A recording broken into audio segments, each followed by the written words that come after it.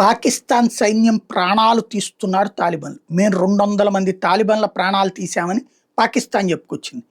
కానీ ఇక్కడ వాళ్ళ దానికి రుజువులు కనబట్లేదు. ఎందుకు పాకిస్తాన్ సైన్యం పారిపోతుంటాం, వాళ్ళకి సంబంధించిన 27 పోస్టులు తాలిబాన్లు స్వాధీనం చేసుకుని వీడియోలు రిలీజ్ చేశారు.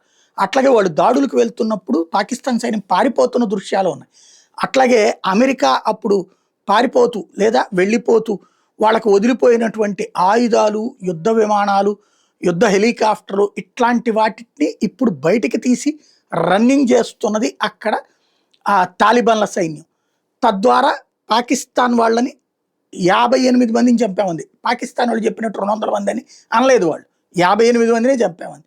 అట్లాగే ఒక 100 మంది దాకా గాయపరిచామని చెప్పింది. తద్వారా ఆఫ్ఘనిస్తాన్ వాళ్ళు నిజాయితీగా మాట్లాడుతున్నారు. పాకిస్తాన్ ఏదో వరకు మనకు కూడా 6 విమానాలు కూల్చి 60 విమానాలు కూల్చామని చెప్పి ఈవెన్ క్రికెట్లో కూడా ఎట్టెట్ట వెధవేషాలు వేసినటువంటిది. అంటే అట్లా పబ్లిసిటీతో గెలుస్తున్నది అది. బట్ నిజ జీవితంలో పాకిస్తాన్ తాలిబాన్ల చేతిలో ఓడిపోతుంది, బెలూచోళ్ళ చేతిలో ఓడిపోతుంది. అట్లాగే అక్కడ ఉన్న తెహ్రీకి తాలిబాన్ పాకిస్తాన్ చేతిలో ఓడిపోతుంది.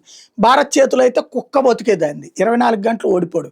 కానీ print media, electronic media, international media, social మీడియాలో మాత్రం గెలుస్తూ ఉంటుంది.